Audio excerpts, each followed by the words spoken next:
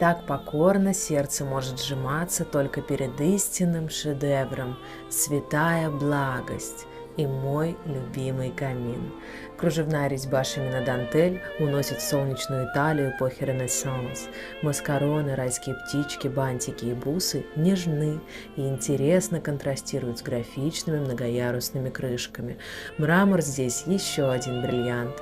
Антикварный блок на тот момент еще желтого итальянского камня Джалло Сиена, оставленный для реставрации мозаик Ватикана, перевоплотился в 5 роскошных каминов.